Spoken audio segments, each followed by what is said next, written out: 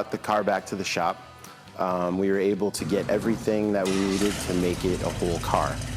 We finalized a lot of stuff, went through the brakes, wired everything, plumbed everything, prepped everything for the car to run. We did find some cool old sports car seats. We made a roll bar. We put old gauges in. We put new glass in, put the white vinyl top on. We made the little Nerf bar in the front like it had. So basically the car is back. We got the gold wheels on, fenders are on. It's back to as close as we can make it to 1962 as we could. It's cool. This car, like its personality is kind of crazy. It's kooky old hot rod, but driving it, it's like John Milner. I mean, you really have that feeling of you could kick some ass in this thing.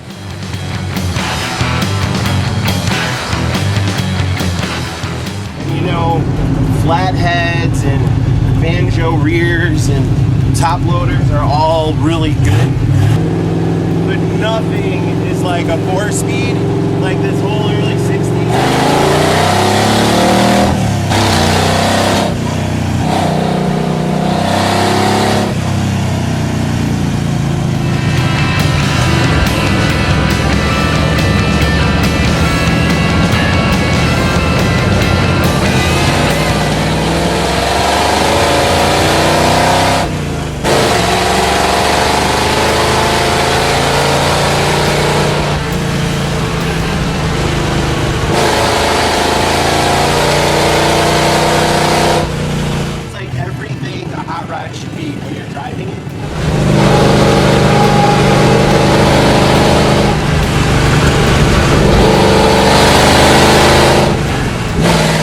It's a pretty cool car, and it works so good. It's so smooth. It's a pleasure to drive, really, but you just want to get on it. It's good. That 348 is fun. So I guess now what we're going to do is deliver it to Chris Carter, the new owner.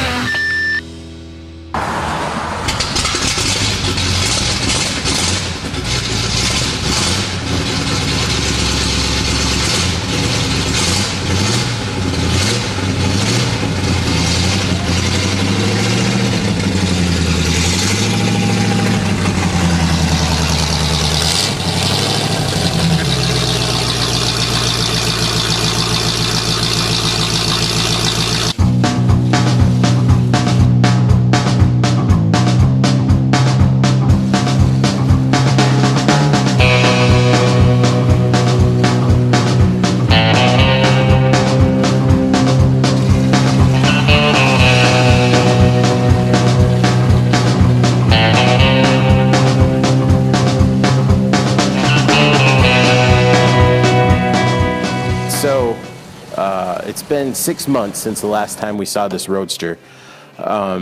We dragged it out of my buddy's garage.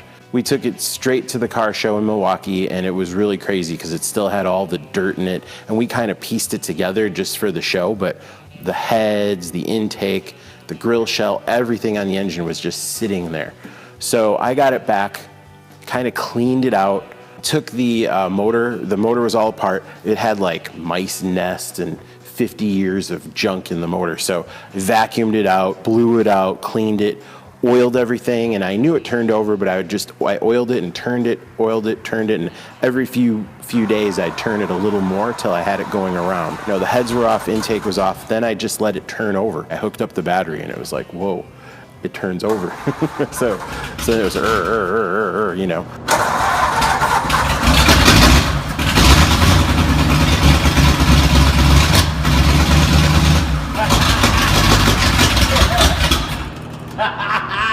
motor was relieved, so it was adjustable lifters, and the motor at stock pistons, I think, or maybe 30 over, but anyway, it was all relieved and ported.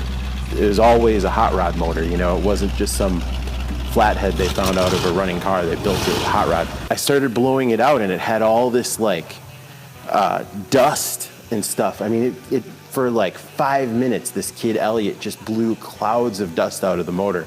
And I think what it was flatheads were known to have a lot of casting sand left in them, but because it was always wet, they're moist, it always just stuck. Well, this thing sat dry for so many years that all that stuff was able to loosen up. So, I mean, it was just this crazy cloud. So I did that. I got it, wore a mask, got that clean, and then put it all back together, started right up. And I mean, I rebuilt the carbs. I put points, condenser, all the tune-up stuff in it. But it all worked with everything that it had. So the old motor was great. It's running!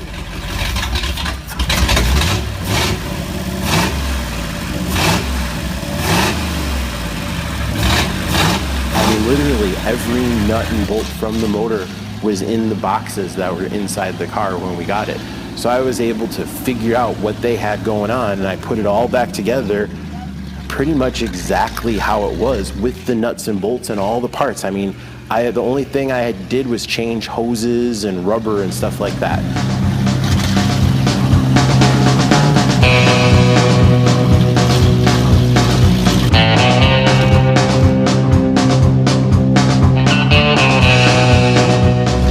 The first drive in 60 years.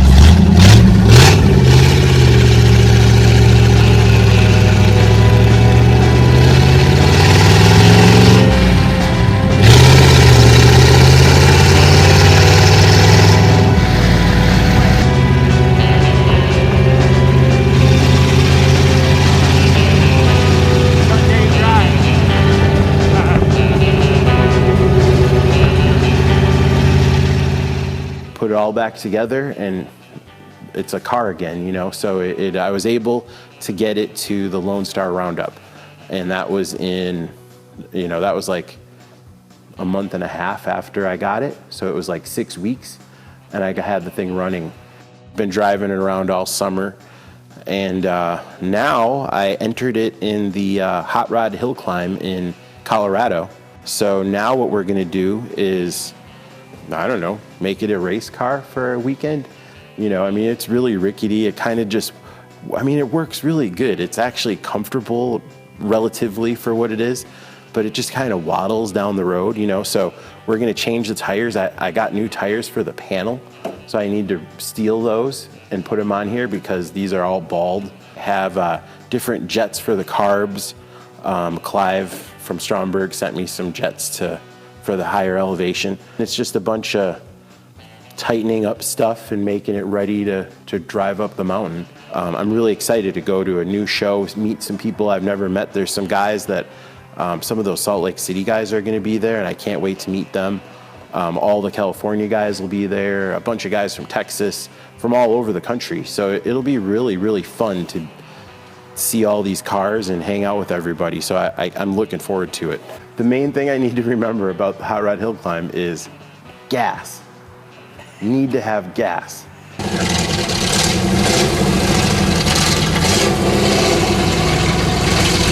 Uh-oh, we might be running out of gas.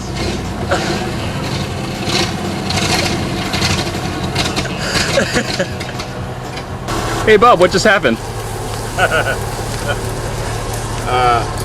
I just ran out of gas.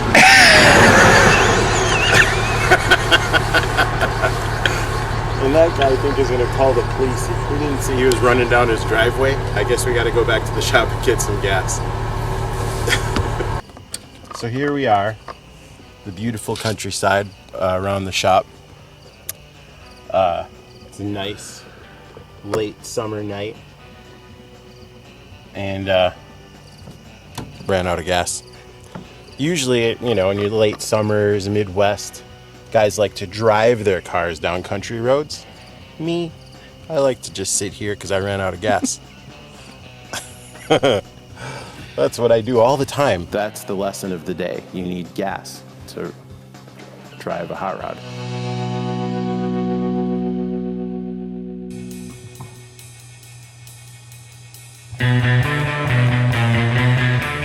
I rebuilt these carbs when I got the car running. These are the actual carbs that were on the car, and they were in a box inside of it, and they seem to work. to go to the Hot Rod Hill Climb, because we're basically, I think Wisconsin is, I don't know, a couple hundred feet over sea level or whatever. We're basically at sea level. Colorado is way higher elevation, so everything, the air is real thin, so you need less air. You need more.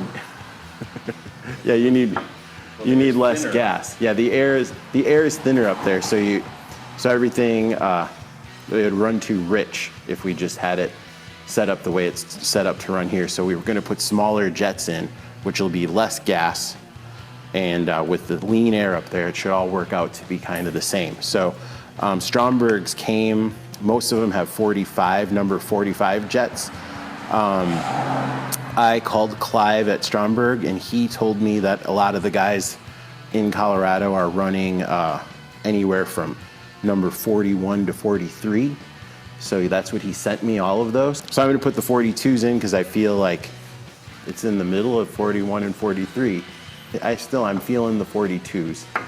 One less than 43, one more than 41. 42. This carb is kind of sticky. The gas pedal was sticking. So I have a different base that I found in this guy's barn.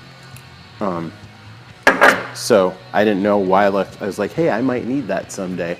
And this is the someday. So it's all working out good. I just happen to have that extra base. But the jets are basically under these little guys.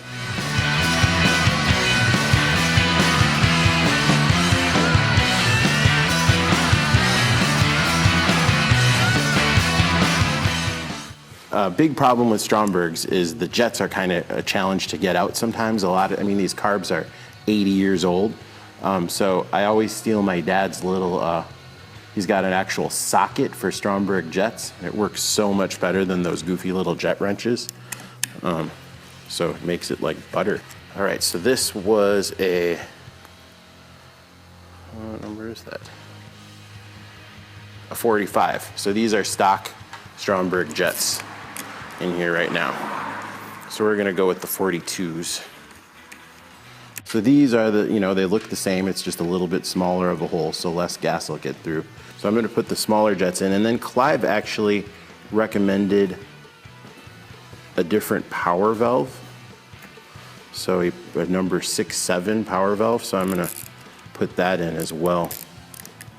Just because Clive is way smarter than me. Figure if he says to do it, maybe I'll win.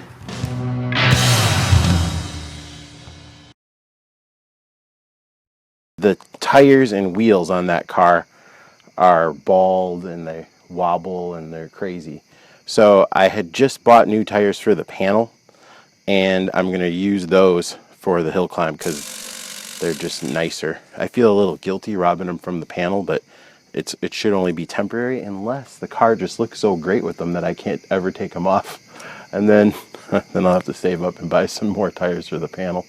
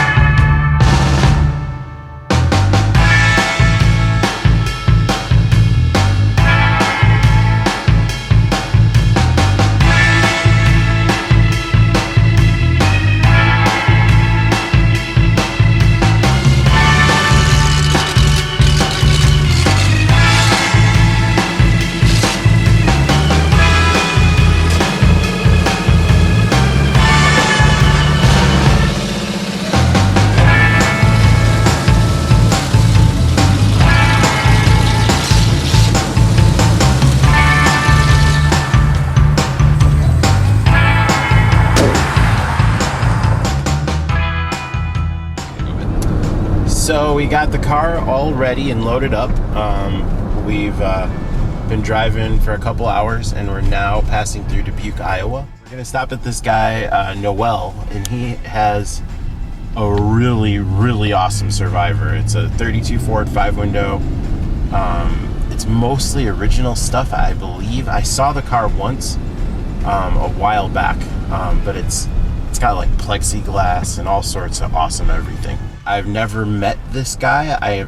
I know that there's that show Torque Fest that's here in Dubuque, and he brings it here a lot, and I've seen it there before, and that show is real crowded all the time, so I've never really had the opportunity to talk to him or spend that much time with the car. So I'm really excited to see it. It's so cool. Maybe he'll trade me for the Roadster. That would be awesome. Yeah. Better late than never. Nice Ain't to that meet you, what they sir. say?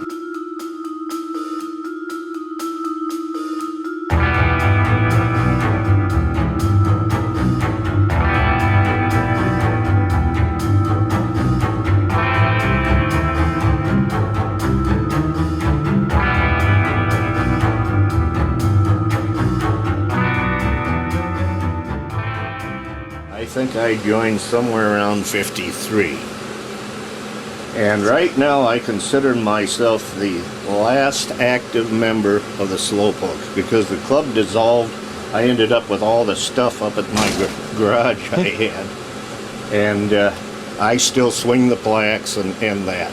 What I tell people is I really like being the sole member because the meetings aren't very long. Now I have other passions, and one of them is hunting.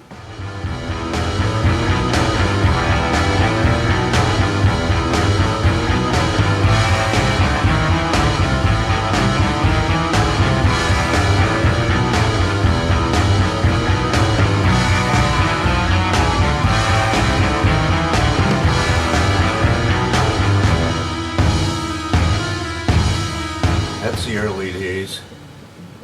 Now, this is one of my very first hot rods. Wow. There was about 5 of us used to coast down, and we had carts, we'd coast down the hill. We started putting motors in them. But I had a horse and a half, and the rest of them had like a 3/4 horse. Right. So I had the hot rod of the group.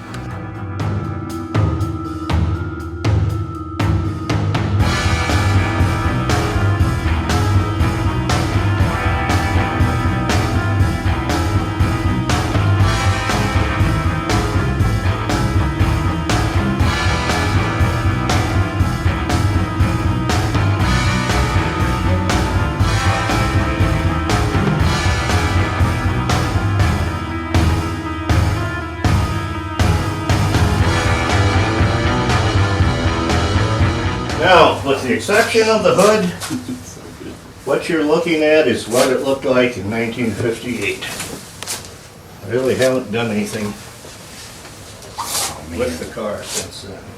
We're on our way to the Hot Rod Hill Climb, and we did a little pit stop in Asbury, Iowa. And we're here at Noel Mauer's house, and we are looking at possibly the coolest 32 5-window I've ever seen. It's amazing. It's completely, it's awesome. It's the same paint since 1958 even. I mean, it's as real as it gets. I ended up cutting with hacksaws, all the stuff with a hacksaw.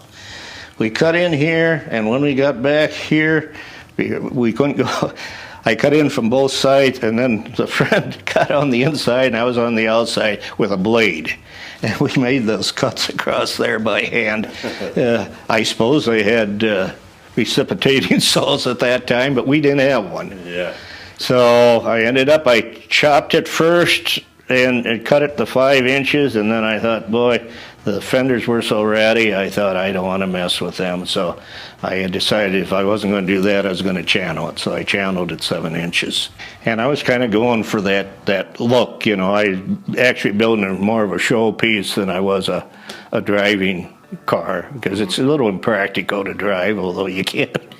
Actually, I drove it in the highway some. I'd go out, and I had an uncle up in Old Wine, Iowa, and the wife and I one time drove up there before I got the first paint job on it.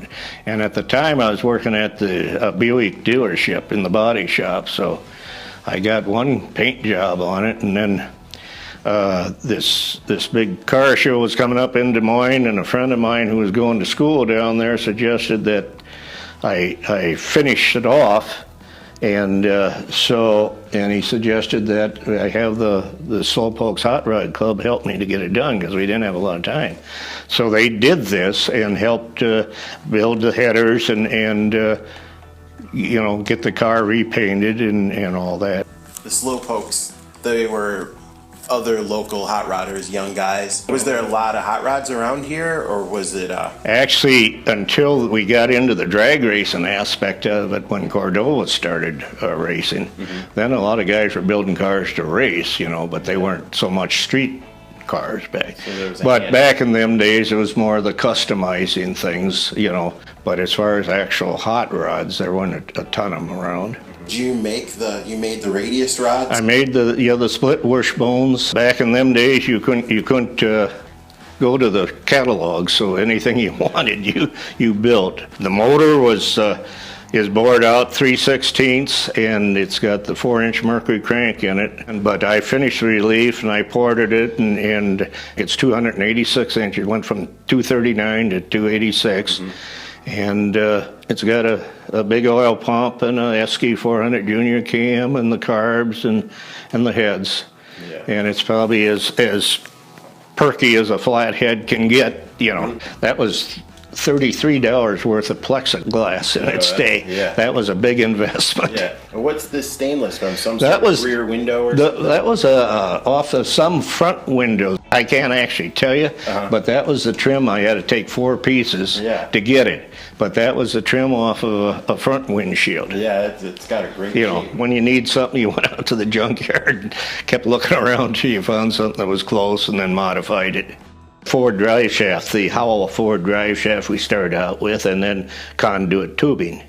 And I'd made up all the flanges and stuff, and then they helped weld it all up because they blended it all in, with brass where they welded it together. They'd brazed it up, and it cackles pretty good when you pull the caps out. Bought it out the back and through 47 Buick taillights, took the round lenses out and brought the exhaust out through it as a finishing. So there's an awful lot of chrome plating everywhere. Yes. And I couldn't some help. I couldn't afford that at today's prices. Yeah. But this friend of mine that encouraged me to get this thing ready for this Des Moines show was going to school in Des Moines, and he was quite a salesman, and he sold a shop down there, and the idea of giving me a pretty good break on the stuff, and they put their name out there for a while as advertisement, which was very fortunate because the transmission case and the complete rear end, rear springs are all been plated, front springs, and everything was plated. Took the 7 inches out of the firewall. It mismatched so bad down there. And so I just decided to cover it. That was, you could get that at the hardware stores at the time. And I also used that to create the dash panel. Some young kid did the lights and the frame horns, and then on the back for $15 back in them days. Young kid. And there was one frame horn he must have wiped off about 6 times before he had what he wanted, Yeah. And I couldn't tell you who the kid was, but he did a heck of a good job on it at the time. This car was set up to drag race, but unfortunately, having a flathead engine and a hydraulic clutch, it wasn't too practical a drag car. As you see, the car is as it was at the end of 1958. Initially, when I got the car done, it was the best thing going for a while, and then all of a sudden it lost ground to the fancy ones, but everything what comes around goes around, or vice versa, and it's starting to get noticed a little bit.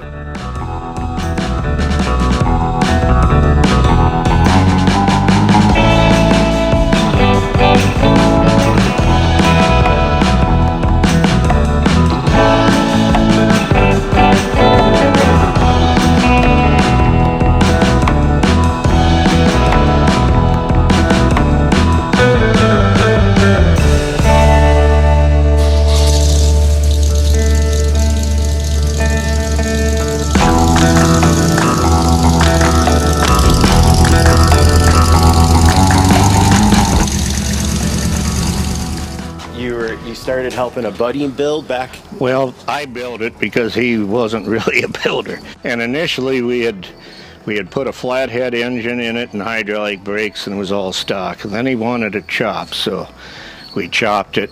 It's cool how you got rid of the visor. Well, I call this my poor man's 32. Yeah. That was in the late 50s. And in 72, this engine came available. It's a 327, but it's modified, and it's got center steel mains, and he wanted that in it, so that meant putting a different rear end under it. We ended up just putting a little 3-speed Chevy transmission in it. In the late 90s, I ended up selling it to Merle Byrd for a period of time, and then I bought it back after it went underwater. That's cool. It has really unique wishbone hairpin. Yeah. Well, those actually I had, when I first built my Roadster, I had them on the Roadster, and then I wanted to lighten them up, so we ended up putting them on this car. Roof is out of a Willys station wagon. That's a great shape. Back, yeah, the back, from the back there. It had the bead across there, and it really kind of flowed right into the rest of the, and I took the seam out of the top, you know, going on back. And it's got some of that old-time chrome on it. We had painted the complete underside red when we initially did the car, you know. Started from the rear end forward and hand scraped the frame, the front axle, the backing plates. Wow. Scraped it all off and painted it by hand, and took a DA under the fenders and repainted that. What's the bumper off of? Willys. Willys? Yeah. Cool. The most outstanding feature on the car are the headers. Because it took me 2 weeks to build them. Because I'd have to run down to the muffler shop and make a few bends and go up and find out I overbent or underbent. Yeah. And so they're actually tuned within probably a half an inch. Wow, they're great. So it's basically all old school. All right, well, thank you. Yeah, well, I'm glad you guys got to stop by. Yeah, it's great. It's an honor. Great. Thank you. Both of these cars are, I mean, they're just amazing.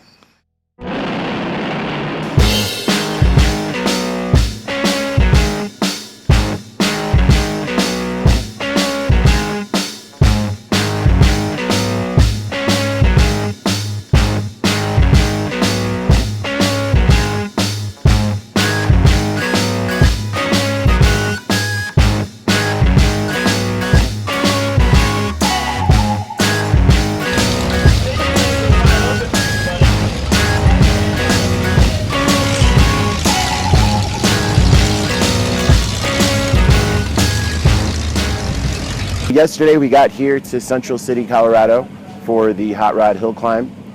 We had a very nice drive through lovely Iowa and Nebraska and Colorado, and then we made it. It's such an amazing place. This little town is so cool. It's all mountains and it's crazy. It's really awesome.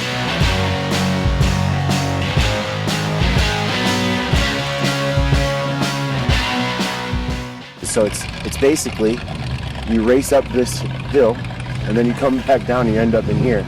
It's like a mile long or something like that.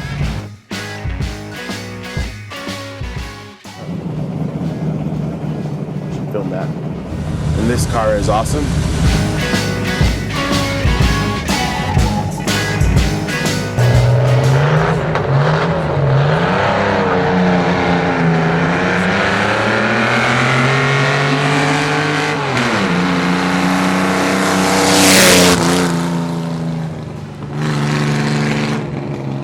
The car seems to be running good. It's a little hesitaty off the line, but I'll just deal with it, I guess. So we get to do several runs, like 4 or 5. So I think my first run is just going to be kind of to see what the course is like a little bit, and then come down and make some adjustments, and then be ready to go. We're in the pits at the hill climb. We're in line. It's so cool. This whole thing is so cool. Like, just all these cars are so great. The people are so nice. The whole thing is just excellent.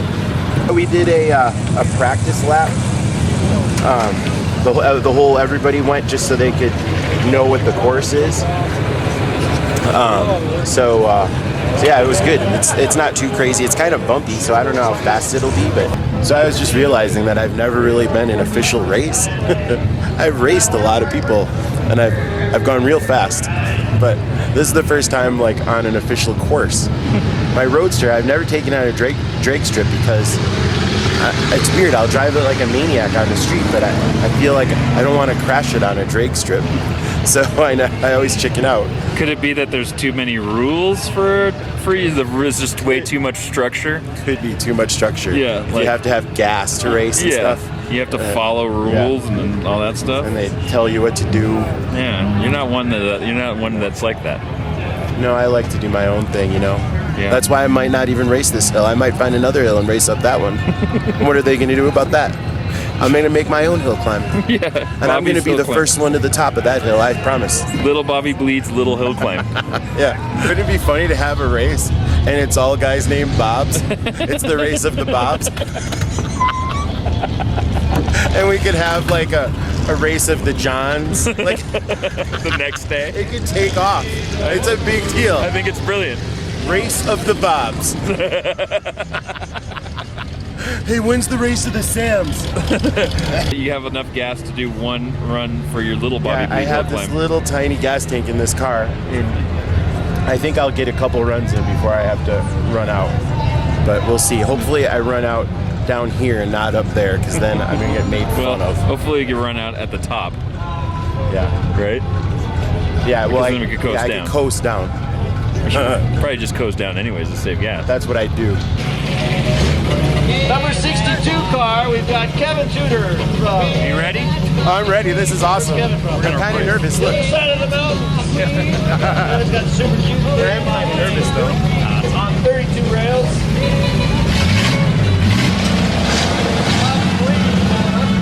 Not pulled this car out of a basement. We've been in this basement the entire year.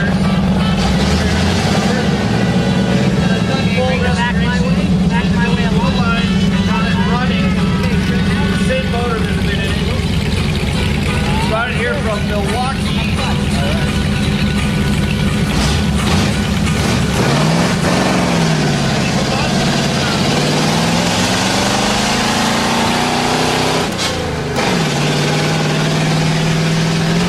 It's on the floor.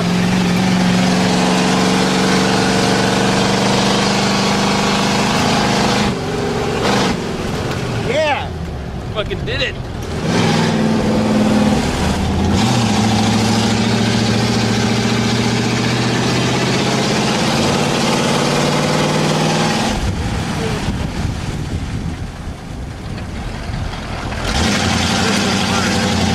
Come on, baby. Come on, baby. Come on, baby.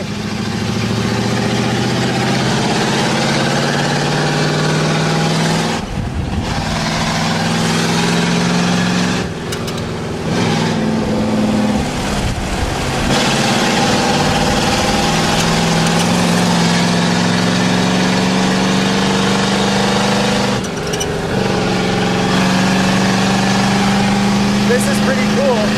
This car hasn't been driven in 6 years, and now we're racing it on a mountain.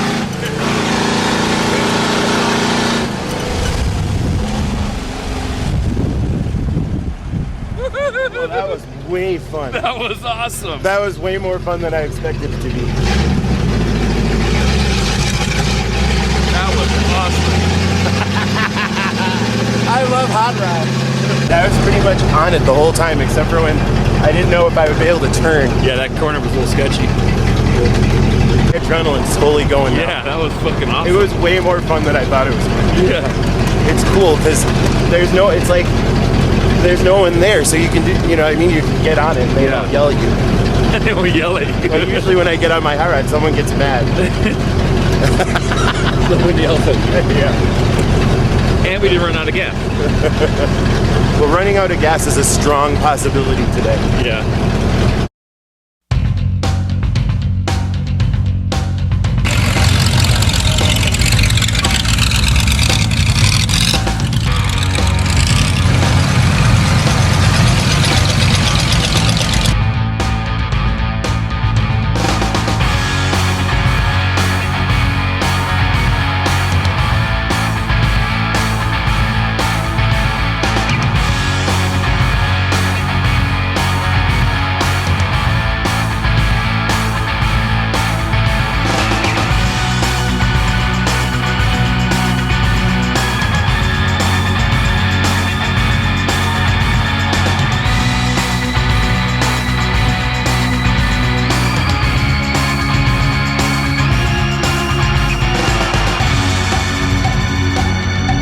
so much fun, like driving up that hill.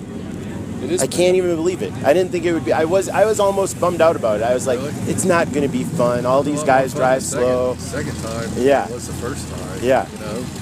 I'm so used to going to the Lone Star Roundup to see all of my friends that we've made over the last 15 years. And it's great to see everybody in a new spot. And one of those people is Steve, who I, of course, missed so much from Austin. Yep. And, yeah. My brother Bob Lee in Yeah. the house. When we found out Bob was going to be up here, it was that much more exciting for us. And we're actually, because we don't get to see each other anymore. We see each other once a year. That's about it. So, and like Bob said, this event it's off the hook. I mean, it is the quality of cars and the people that we've met and getting to drive your car as fast as you can possibly drive it up a hill. Yeah, it's really and good. nobody gets mad at you.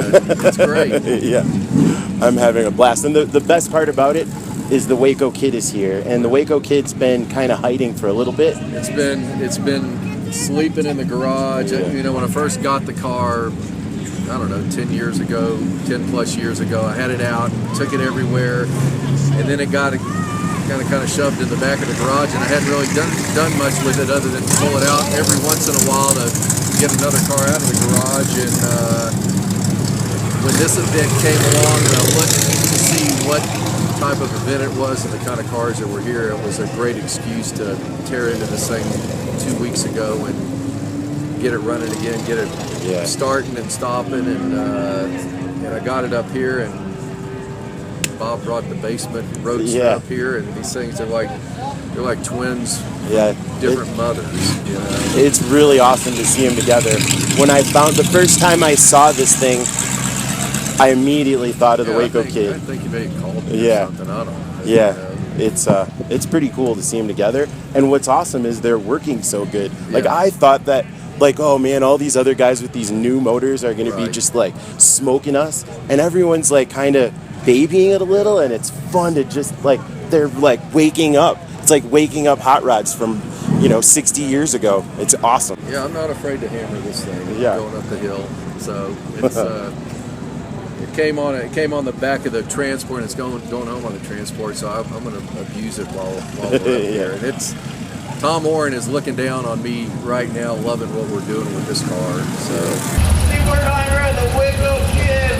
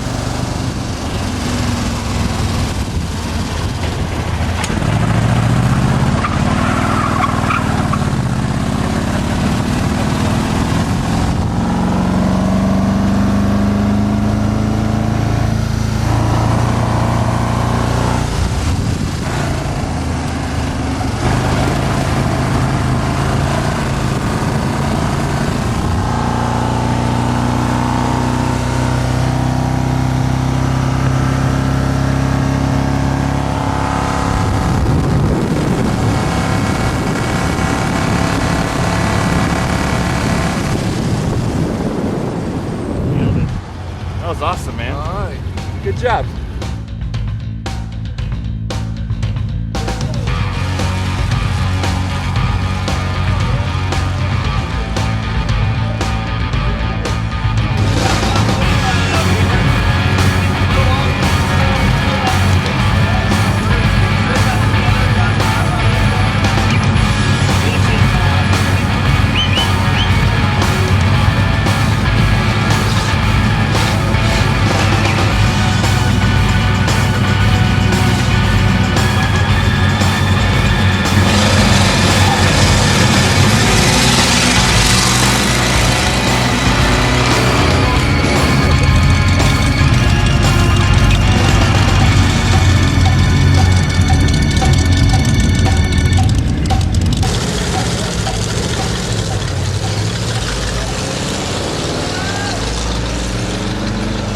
so we have really great friends all over the place with this hot rod thing, and you only get to see them like a couple times a year.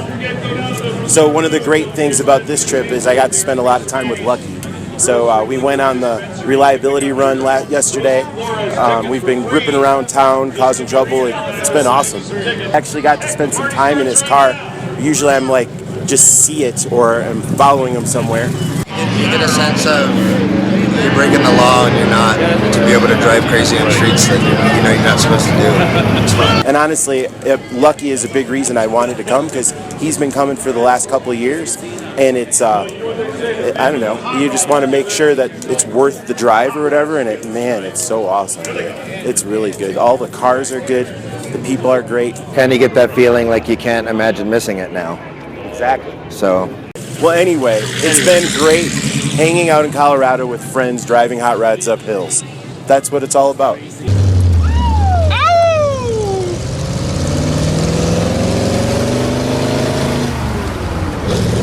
gonna get a little sideways on the second one. Oh, great. Hold on to your camera. I am.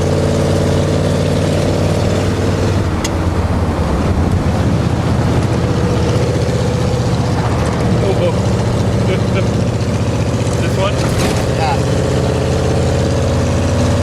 Okay, ready? Yep. All right. Here we go. Here goes. Yeah! You did it! Yeah! Hot Rod Hill Climb has been amazing. The little car did so good. It's a little guy. I'm so proud of it. It did way more than I expected. It's really a hot rod, you know, and I love that. So it was fun to see everybody from all over the place. Everyone who does this event did a top-notch job. Everyone in the town has been really great. It's really cool, and I hope for their sake it remains successful, but I hope it's not too successful, because it's so good the way it is right now. And the cars and the quality and the core of the people who are here, they really, really get it. And it's really great to be a part of. So we're going to head back to the shop, get back to work. Things will be normal for a while, and then we'll see what else we can dig up. There's always old hot rods to find and cool stuff to do. So I don't know. We'll see what the future brings.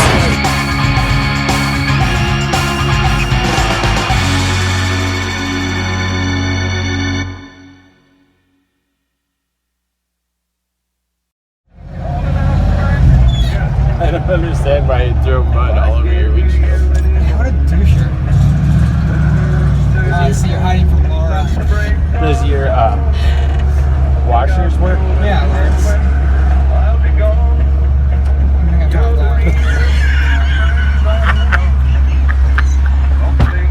Do it again. Please do it again. No, you gotta do it again.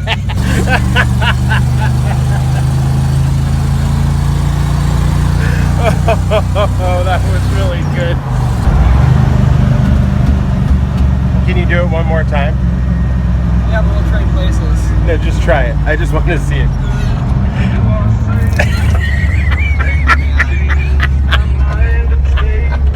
Oh shit!